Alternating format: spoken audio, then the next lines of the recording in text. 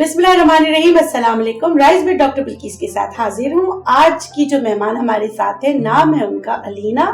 आइए उनको वेलकम करते हैं। अस्सलाम वालेकुम अलीना, कैसी हैं आप? ठीक ठाक, आप कैसे हो? अल्हम्दुलिल्लाह ठीक ठाक। अलीना, मेरी आपसे अक्सर मुलाकात जो है लाहौर में हुई है और फिर मैंने काफी अरसे बाद आपको कराची में देखा है। तो आप लाहौर बेस्ड हैं? नहीं, मैं हूँ लाहौर से, लेकिन काम का स्टार्ट भी मैंने लाहौर से किया था, बट अब मैं कराची बेस्ड हूँ। अच्छा, आपने पहले ड्रामे किए या फिल्म में? ना, मैंने पहले ड्रामे किए ना फिल्म। मैंने होस्टिंग की, जो इस वक्त आप कर रही हैं। अच्छा। हाँ, मुझे होस्टिंग का बहुत शौक होता था और मैंने सबसे पहले होस्ट किया। लेकिन मैं किस तरह आई इस फील्ड में, वो ये था कि मेरा एक शूट्स होते हैं ना ऑब्वियसली, तो पहले मुझे न्यू लुक, एक वहां पर बहुत बड़ा है मेकअप सैलून है लाहौर में, तो उन्होंने वहां से मुझे मेरा अखबार जहां और ये सारा शूट किया। तो अखबार जहां में 4 मेरे अखबार जहां आ गए। लाहौर में तो आपको पता है, अखबार जहां में जो आ जाता है, जो छप जाता है, वो फिर उसको सारे इंडस्ट्री वाले और ये वो, तो ये मैं आपको 15 साल पुरानी बात बता रही हूँ। तो वहां से फिर मुझे ना फिल्मी लोग मिले, जरा जो पंजाबी इंडस्ट्री होती है हमारी, तो फिल्मी लोग मिले। तो फिल्म के थ्रू फिर मुझे एक फिल्म भी मिल गई उन लोगों के थ्रू और अखबार जहां के थ्रू। वहां से फिर मुझे ना फिल्म का एक चांस मिला। तो पंजाबी फिल्म थी और अरबाज खान, जिनकी नीली नीली आंखें हैं, और उनके साथ मेरा शूट था। तो मैं तो उनके लिए मतलब फिदाई हो गई ना। मैंने कहा ओ माय गॉड, उनकी नीली आंखों में आई वाज यंगर, मतलब बहुत यंग थी यार। अब आप अभी भी यंग है। उस वक्त क्या उम्र थी आपकी? आई think I was in 20s। तो 20 की थी। तो ऑब्वियसली आप जब सामने देखते हो और एक स्टार है वो हमारी इंडस्ट्री का, और ये वो, फिर उनकी जो मिसेस थी खुशबू, वो भी अक्सर आती थी सेट पर। जब उनकी शादी हो चुकी थी? आई थिंक हाँ, शादी हो चुकी थी। हम अक्सर उनके घर पार्टीज और गेट टुगेदर डिनर्स वगैरह पे जाते थे। तो मेरी फिर वो बहुत अच्छी बॉन्ड बन गया, नूर के साथ बहुत अच्छा बॉन्ड बन गया। फिर प्रोड्यूसर्स होते थे, तो ये सारी वहीं की इंडस्ट्री थी, वहीं के लोग थे। तो बस वो फिल्म चूंकि डबा हो गई, वो शायद नहीं आई कहीं बाहर, इसलिए मुझे उसका नाम भी याद नहीं है। लेकिन मुझे बहुत सारे लोगों ने कहा कि यार तुम्हें कराची जाना चाहिए, बिकॉज कराची में यहाँ ड्रामे का जो है ना वो ज्यादा तब होता था कि आपका ड्रामाज जो है वो यहाँ से, चैनल्स यहाँ से हैं और ड्रामाज की भी ज्यादा यहाँ से होती शूटिंग्स वगैरह। तो वहां तो पंजाबी कल्चर था, पंजाबी दौर था। फिर मुझे जो होस्टिंग का शो सबसे पहला मिला था, वो थी सैयद नूर की जो मिसेज हैं, रुखसाना नूर, उनके साथ में प्राइम टाइम के लिए किया करती थी। पीटीवी प्राइम आता था एक, अच्छा, जो कि अब्रॉड जाया करता था वो शो।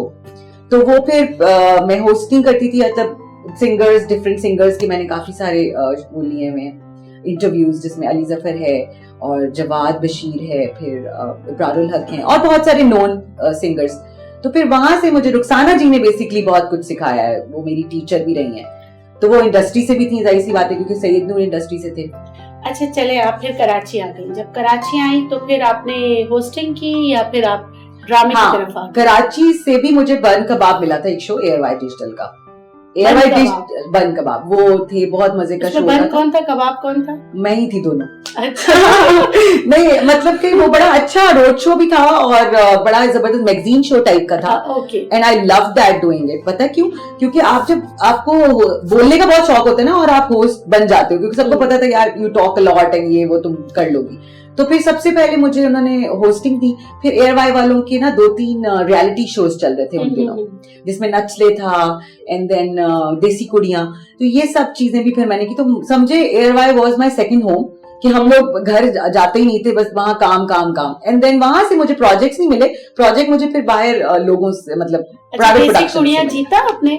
नहीं, I was the third in it, जिसमें कंदील बलोच भी थी। अच्छा, कंदील बलोच का उसके बाद मर्डर हुआ। अच्छा। हाँ, मेरी देसी कुड़ियां में हम लोग थर्ड पे आए थे। लैला जीती थी क्योंकि वो फिल्म इंडस्ट्री की थी। हाँ, कहीं ना कहीं ये जरूरी होता है, बिकॉज जब आपने एक बड़ा नाम लिया होता है। और अच्छा, आपने कहा कि लैला बड़ा नाम था, तो क्या जितवाना जरूरी होता है? मैं समझी नहीं। हमारे सीजन में उस वक्त लैला जी एक बड़ा नाम थी, ऑब्वियसली वो इंडस्ट्री से थी, और हम तो बेचारे नए न्यू कमर्स थे ना कंदील का नाम, ना मेरा नाम है, 2-3 और भी लोग हैं जिनका नाम। मतलब है कि सारी जो चीजें होती है स्क्रिप्टेड होती हैं? थोड़ा बहुत कहीं ना कहीं जाकर आपको करना होता है, ऑब्वियसली। आपको पहले से बता दिया जाता है? नहीं, हमें वैसे नहीं पता था। नहीं पता ये आप देखे 15 साल इंडस्ट्री को देखकर तो आप बहुत कुछ सीख जाएंगे ना, और समझेंगे कि ओ गॉड, अच्छा ये हुआ था, ऐसा हुआ था, उसमें तो टास्क वैसे जीता था, उसमें तो ये वो। क्योंकि एंड में गांव वालों पे, और वो एक होता है ना कि आपने इलेक्शन लड़ना है, तो वो मेरी बहुत अच्छी स्पीच थी। कंदील की बहुत अच्छी स्पीच थी, लेकिन जहां तक देखा गया तो वो पता चल जाता है कि इलेक्शन, पता चल जाता है कि वोटिंग किसको हो रही है और वोट जा कहाँ रहा है। सो या बट इट्स ओके। बस ये जो बैलेट बॉक्स होता है ना, ये लर्निंग पीरियड है, ये सारा लर्निंग है प्रोसेस। अच्छा, तो फिर इसके बाद आपने, ये तो आपने रियलिटी शोज वगैरह किए, उसके बाद ड्रामों की तरफ आई आप? हाँ, फिर मुझे ड्रामा की तरफ में आई बिल्कुल। एंड देन हम सफर से स्टार्ट किया। हम सफर में छोटा सा कैरेक्टर था मेरा, अफशीन का, तो वो फिर मुझे पता ही नहीं था, वो फेमस इतना हो गया माशाल्लाह से। और फिर अभी भी थोड़े कुछ लोग देखते हैं तो कहते हैं यार इसमें तो तुम बड़ी मोटी मोटी थी, और मैं चबी थी ना तब, जाहिर सी बात है आपका थोड़ा। मुझे आपका एक कैरेक्टर याद है जिसमें आप पर परांदे वरांदे डाल, जी, वो फिर मेरे बाद के हैं, वो 3 खवातीन आ गया, फिर देसी सॉरी ऊपर भाभी का मकान, फिर मेरा खून हुआ था, बहुत सारे प्लेज मेरे उसके हैं। और ये परांदे वरांदे वाला तो मैंने भट्टी एंड डीडी किया है, हमारे भट्टी एंड डीडी का सीक्वल आया था, वो किया था, वो भी मेरा परांदे वाला था। फिर सबने मुझे परांदे वाले कैरेक्टर देना शुरू कर दिया क्योंकि सबने कहा तुम पंजाब से हो ना, ओके तुम्हें तो ये बड़ा जतेगा, पटियाला शलवार और परांदे शरांदे, तो समझे 3-4 कैरेक्टर्स मैंने परांदे वाले। वो शोख और चंचल और तेज तेज बोलना, हाँ, तोतला था मेरा कैरेक्टर। आप एक कोई डायलॉग बोल के बताएंगी जो तुतलाहट में? हाँ, मैं आपको ताला इंटरव्यू तोतले में दे देती हूँ। नहीं, ऐसा नहीं, मैं आपको ताला इंटरव्यू तोतले में दे देती हूँ, मुझे कोई प्रॉब्लम नहीं है। नहीं शायद आपको प्रॉब्लम हो जाए थोड़ी थी, या सुनने वालों तो प्रॉब्लम हो जाए। अच्छा, मुझे एक बात बताएं, जैसे आपका नाम अलीना भी है, आपके और भी नाम है, आपका अपना नाम क्या है? हाँ जी, मेरा नाम चेंज किया गया था अखबार जहां से। जब अखबार जहां पे आया तो सबने सजेस्ट किया, चूंकि फोटोग्राफर्स थे, उन्होंने सजेस्ट किया आप जी नए नाम से आए फिल्म इंडस्ट्री में, तो अमीना नाम रख दिया गया मेरा। जब मेरा अखबार में छपा तो मैं अमीना के नाम से थी। एक तो नाम आपका पेरेंट्स रखते हैं, यानी आपके जो आईडी पे होता है, आपके पेपर्स पे होता है, वो नाम तो खैर किसी को पता नहीं, लेकिन आपकी शोबे में पहले मैं बता रही हूँ, दैट्स इरम खान। तो सबको ये पता है, इरम तो इतना प्यारा नाम है यार, तुमने बदला क्यों? मैंने कहा यार एक तो खानदान के मसले थे, क्योंकि वो भी ये कहते थे कि यार नहीं आओगी इंडस्ट्री में, ये है वो है फलाना ये, anyways that's a long story. तो फिर जब मैं इधर आई, जब मैंने ड्रामा इंडस्ट्री, तो मैंने अपना नाम खुद रखा, Maan Alina. This is my own, इसका मतलब क्या है? To myself. Alina is my name, Maan is nick, Maan nick है, तो वो मान अलीना के नाम से ऐसा हो गया। अच्छा, हाँ जी, मतलब मुझे बिल्कुल नहीं पता। मान जैसे मान होता है, आपको किसी पे मान होता है, अलीना exactly that, हाँ, और मैं प्रोनाउंस ही नहीं कर पा रही थी, अब कर पा रही हूँ। मान, अब आपको समझ आ गई ना, मान अलीना। हाँ जी। अच्छा, किसी ने आपको मनवाया फिर? किस बात पे? बहुत सारी बातें होती है मनवाना इन नहीं, मैं समझी नहीं था क्वेश्चन, आप समझी नहीं। अच्छा, मैं ये कहना चाह रही थी कि अभी तक आप सिंगल हैं? अच्छा, ओ मान अलीना के नाम से मुझे मनवाया नहीं, ओहो बस कर दे, डेली कोई ना कोई मनवा रहा होता है, छोड़ दे, मैं मानने वाली नहीं हूँ।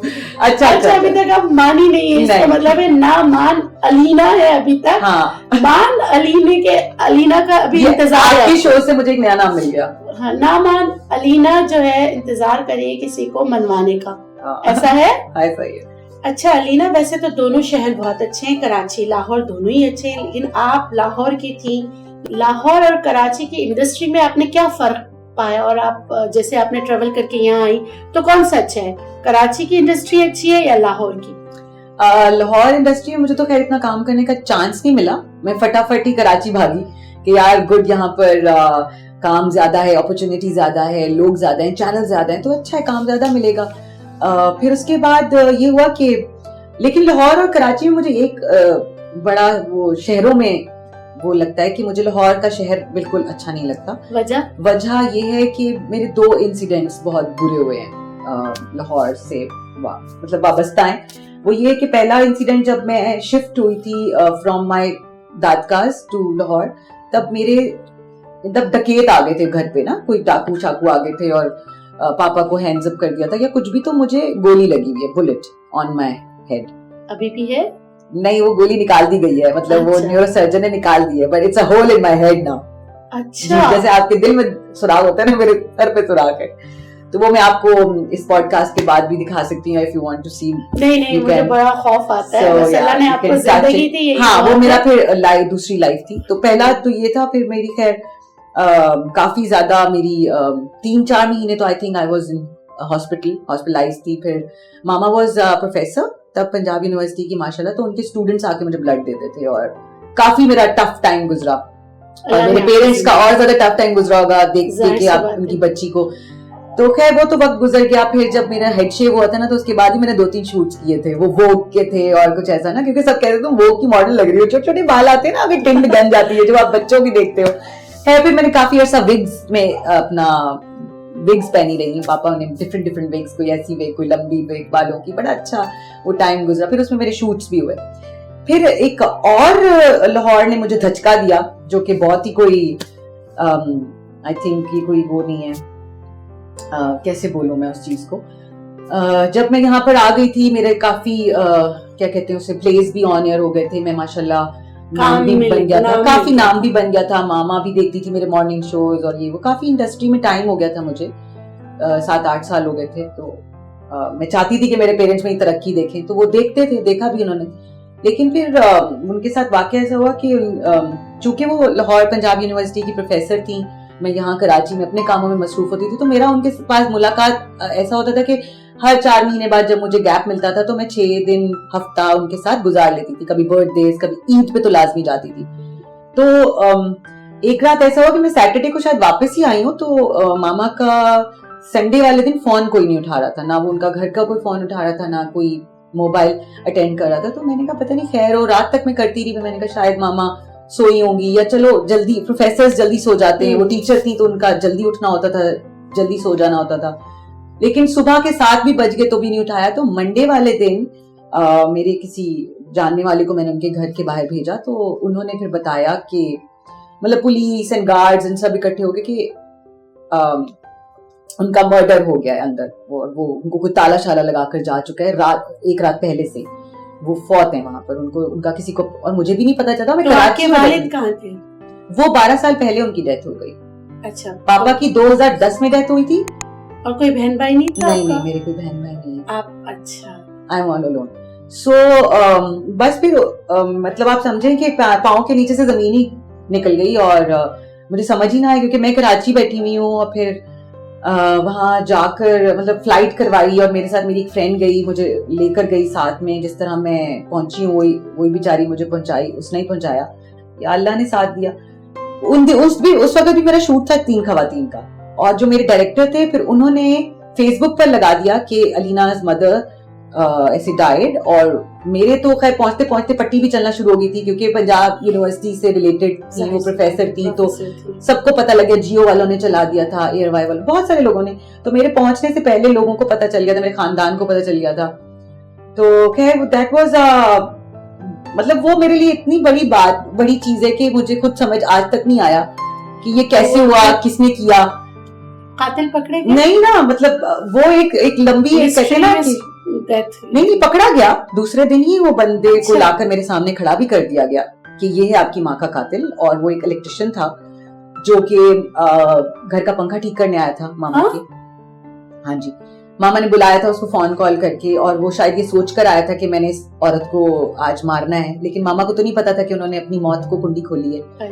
तो ये एक बहुत बड़ा सान्या है मेरी जिंदगी में, जिसने मेरी जिंदगी क्या थी? इलेक्ट्रिशियन ने क्यों मारा? जी वो ये बोल रहा था कि मुझे 2.5 लाख की जरूरत थी और तुम्हारी माँ नहीं दे रही थी, तो मैंने उनको प्लान किया और मार दिया। क्योंकि उनकी जो गाड़ियां थी, और वो अकेली रहती थी, चूंकि देखे अकेली औरत जब रहती है ना, तो उसके लिए बहुत सारे लोग जो बाहर होते हैं ना, आउटसाइडर्स, वो बहुत सारी बातें सोच लेते हैं। क्योंकि वो मेरे फादर मदर में जब मैं 6 साल की थी तो डिवोर्स हो गया। आई am a broken family child. जब आप ब्रोकन फैमिली से ताल्लुक रखते हैं ना, तो फिर आपने खुद अपने आप को कितना मजबूत करना होता है ना, ये आपने करना होता है। फिर मेरे father usually took care of me. फिर मेरी दादको ने जो भी मेरे बाप के साथ सलूक किया, खानदान के साथ सलूक किया, वो ऐसा था कि मेरे वालिद को मुझे लेकर लाहौर आना पड़ा। वहां मेरे सर पे मतलब गोली लग गई, वो एक अलग इंसिडेंट हो गया। फिर मेरे वालिद चले गए तो मेरी मामा ऐसे चली गई। तो मतलब ये सारा कुछ एक बच्चे पे बहुत असर पड़ता है when you are. I am a survivor now, because जब मैं छोटी थी तब से ही मुझे नहीं पता कि मुझे किसने पाला है और किसने संभाला है। मुझे इतना पता है कि मुझे दुनिया ने पाला है, मुझे दुनिया ने संभाला है, मुझे अल्लाह ने संभाला है। तो मामा के बाद तो फिर समझे कि मेरी जिंदगी खत्म, अपसाइड डाउन। जो मेरी खुशियां थी वो सब खत्म हो गई। बस वो ये कह रहा था कि सॉरी मैं थोड़ी सी वो जाती हूँ। आप बोले। हाँ, क्योंकि वैसे तो मुझ में बहुत माशाल्लाह हिम्मत है, आ गई है, लेकिन कहते हैं ना कि जब आप बता रहे होते हैं ना, वो आप वापस गो थ्रू कर रहे होते हैं अपनी चीज से। तो वो बस सामने लाकर खड़ा कर दिया, बिठा दिया, उसको बोला कि यही है तुम्हारी माँ का कातिल। और वो बोलता है कि उसने कटर्स से मारा, जो कि बिजली के कटर्स होते हैं ना।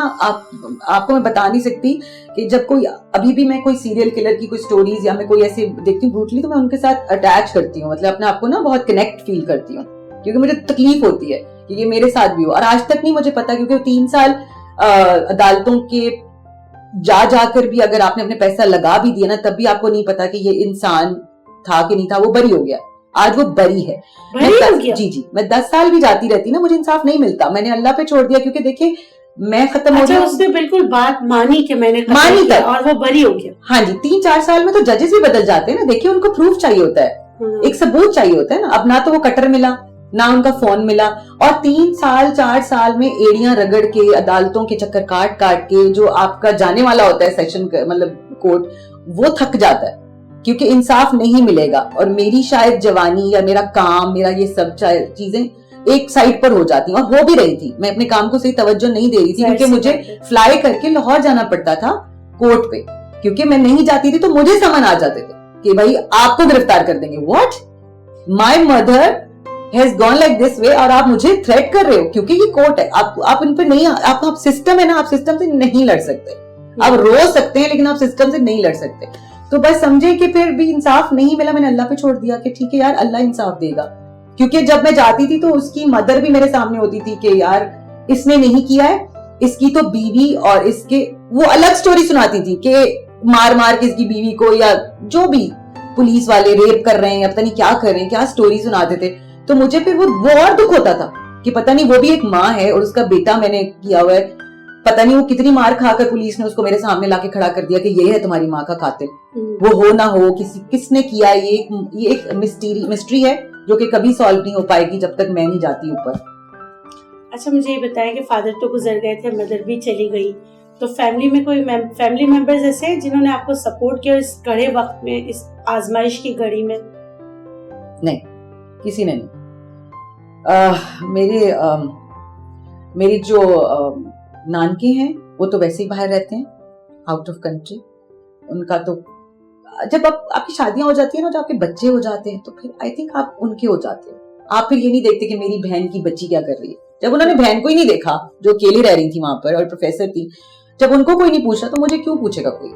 मैंने खुद को खुद ही सपोर्ट किया, मेरे साथ मेरे अल्लाह ने मुझे सपोर्ट किया। दादकों से तो कोई लेना देना ही नहीं था मेरी माँ का, क्योंकि वो तो बहुत, जब 6 साल की थी तभी डिवोर्स हो गई थी, और मुझे सपोर्ट किसी ने नहीं किया, बल्कि उल्टा बायकॉट करके रखा कि यार इसके पास नहीं जाओ। वजह यार ये उन्हीं को ही पता है, अल्लाह जानता है, और उनके दिमागों पर पता है वजह क्या है। मैं अभी तक अपनी किसी कजिन की शादी तक पे अटेंड नहीं करने गई, क्योंकि मुझे मेरे दोस्त बुलाते हैं कि तुम बहुत जॉली हो, हैपनिंग हो, हमारी शादी पे आना, तुम नाचना गाना। मुझे नहीं याद कि मुझे किसी चाचे ने या ताए ने या पुप्पी ने अपने बच्चों की औलाद की, क्यों दूर दूर रहो, हमारे खानदान वाले क्या कहेंगे, I don't know for what. मैं उनके लिए क्या हूँ, बैंड हूँ मैं, पता नहीं क्यों। अच्छा, आपने इन सब से क्या सीखा? आप व्यूअर्स जो देखने वाले हैं, अपनी जिंदगी के तजुर्बे से, मैं आपको एक बहुत ही हंसता मुस्कुराता चंचल मान अलीना समझती थी। अब आप चंचल तो आप बताएं कि आप ये कैसे आप अचीव करते हैं कि इतना दर्द समाकर इतना मुस्कुराना, दूसरों को हंसने पे मजबूर करना? क्योंकि सारे मेकअप रूम में मुझे पता है जब भी आप होती हैं तो आप कहती कोक मंगा दो, चिप्स मंगा दो, मैं जरा जाग जाऊं, और अंदर से आप इतनी दुखी हैं। नहीं यार, मैं बिल्कुल दुखी नहीं।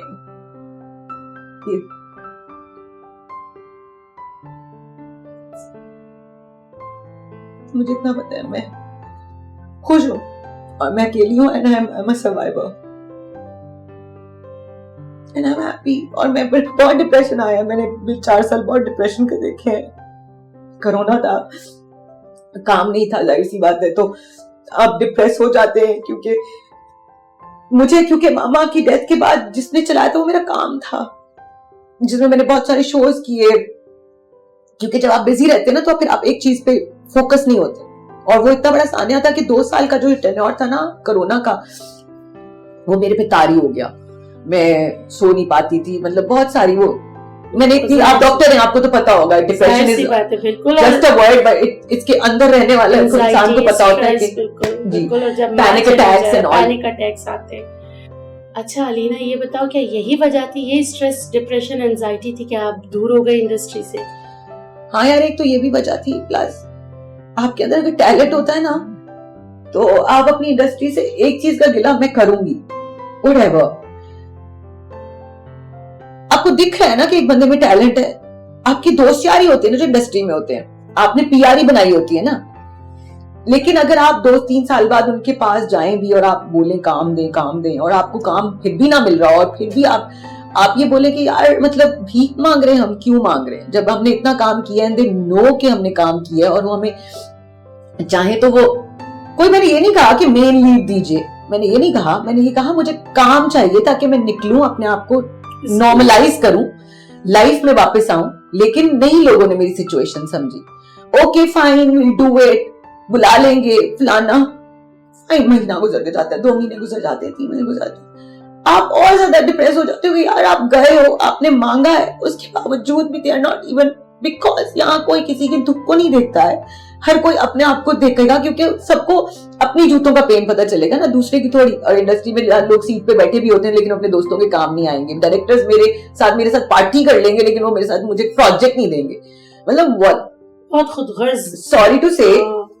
ये बात मुझे इतनी तकलीफ दी कि फिर मैंने जिद में आकर, मैं कोई ड्रामा नहीं देखती पाकिस्तान का, मैं कोई चैनल नहीं लगाती, मैं अगर देखूंगी तो मैं नेटफ्लिक्स देख लूंगी, मैं इन पे टाइम वेस्ट करना, मुझे इतना ज्यादा वो हो गया गुस्सा कि मैं इनको देखना भी पसंद नहीं करती थी कि क्या चल रहा है हमारे यहाँ टीवी पे, या हमारे कल्चर में, या हमारे ड्रामास क्या रहे, मतलब आप बाइकआउट कर देते हो ना खुद से, तो इतनी नफरत हो गई थी। ये मेरा वो वाला फेज है, डिप्रेशन वाला। अब आपको काम मिल रहा है? नहीं यार, मैंने छोड़ दिया। नहीं मतलब काम मिलने की बात ही नहीं है, बात ये है कि जब आपने बोला तो आपके दोस्तों को चाहिए ना कि आप उसको अब्लाइज, जो भी है अब्लाइज करें, क्योंकि वो इतनी बड़ी प्रॉब्लम से गुजरा है। जब मेरे दोस्तों ने अब्लाइज नहीं किया तो मुझे गैर क्या अब्लाइज करेंगे। इट्स ओके, काम की बात ही नहीं है यार। फिर मैंने कहा ना, मैंने जाना छोड़ दिया, मैंने भीख मांगना छोड़ दी, मैंने बोलना छोड़ दिया, अब मैं काम मांगना छोड़ दिया। हाँ, भीख नहीं मांगती। नहीं, मैं ये समझती हूँ कि ये भीख मांगनी होती है यार, काम मांगना मीन्स भीख मांगना। मैंने छोड़ दिया ये,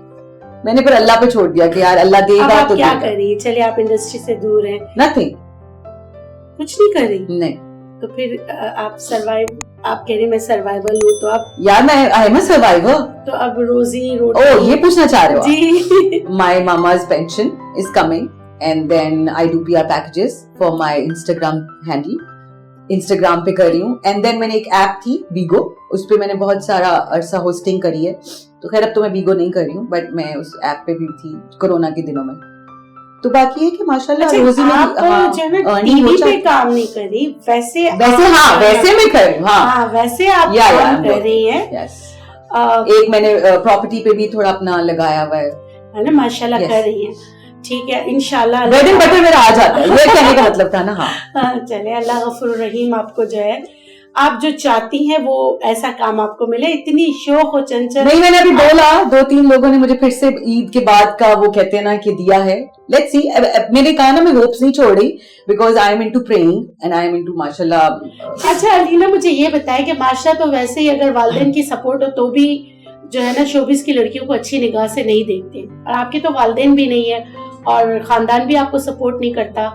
तो आप बताएं कि इस माशरे में को आप कैसा पाती हैं? क्योंकि अब इट्स लाइक 15 years मनवा चुकी हूँ, खानदान मानता है अब मुझे। 15 साल बाद मेरी पुप्पी ने भी मुझे कॉल की है, क्योंकि अब मेरा नाम, तब ना मुझे बाइकआउट कर दिया गया था, निकाल दिया गया था, मेरे पापा को भी निकाल दिया था। इसी वजह से मैं फिर आई थी इंडस्ट्री में, वरना मैं शायद नहीं आती। ये एक बहुत बड़ा टर्न था। तो खैर उसके अब जब मेरे पास कोई नहीं है तो मेरे पास समझे अल्लाह है, और इसलिए मैं उन पे इतना बिलीव रखती हूँ, क्योंकि मैंने ये देखा है कि इंसान आपको हेल्प नहीं कर सकता। आपने सिर्फ मांगनी है तो अपने अल्लाह से हेल्प मांगनी है, एंड वो आपको देता भी है हेल्प। क्योंकि पहले ऐसा होता था कि मैं नहीं समझदार थी इतनी, तो मैं लोगों से हेल्प मांगती थी और मैं लोगों से डरती थी। अब मैं न डर हो गई, क्योंकि अब मेरे पास ना माँ बाप है ना कोई, तो मैं न डर हूं। अगर मैं सपोज आप कहीं रहने की बात कर रहे हो, वहां से मेरा आना जाना होता है, तो मुझे अपने आप को ना एक पूरा लड़के की तरह एक बहादुर बनकर, और मेरी आवाज की जो पिच है ना वो एक गली से लेकर दूसरी गली की कोने तक जाती है।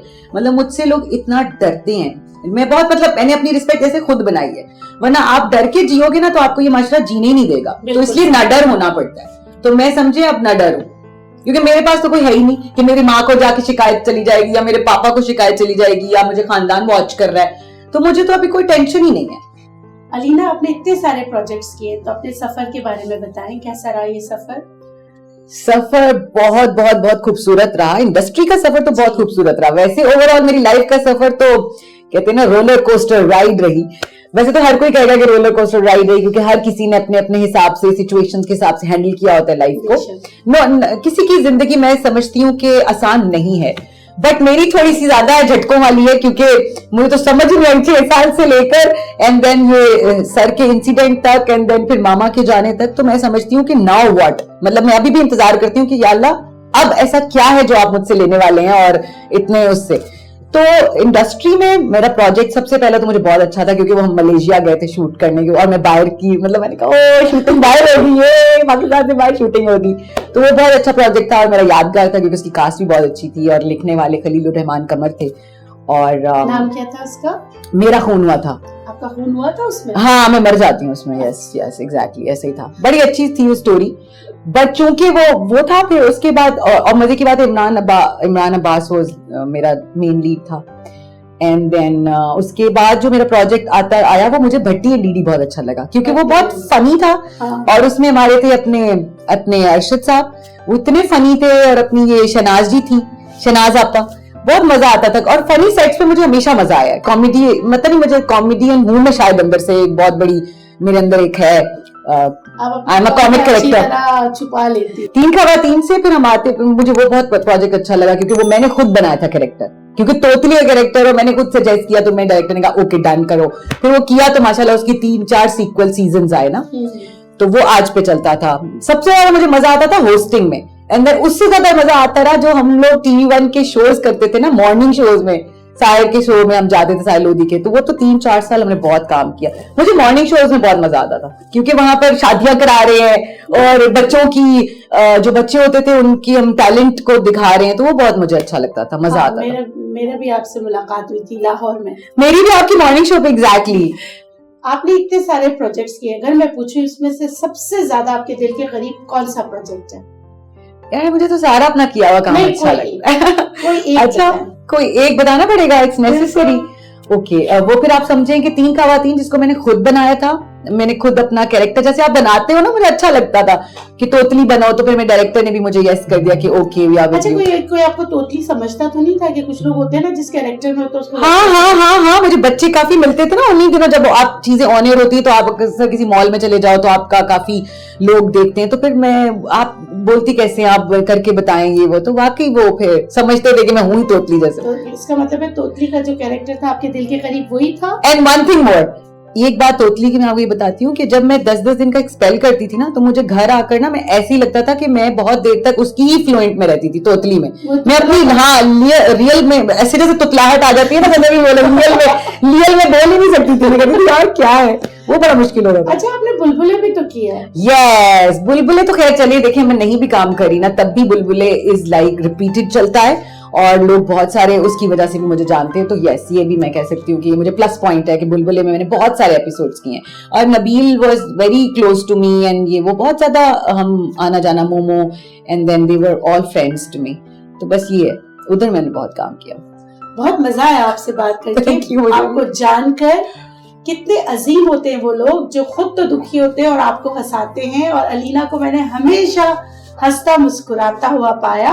बहुत शुक्रिया आपके आने का। Thank you. और आप लोगों से लेती हूँ मैं इजाजत। अल्लाह हाफिज।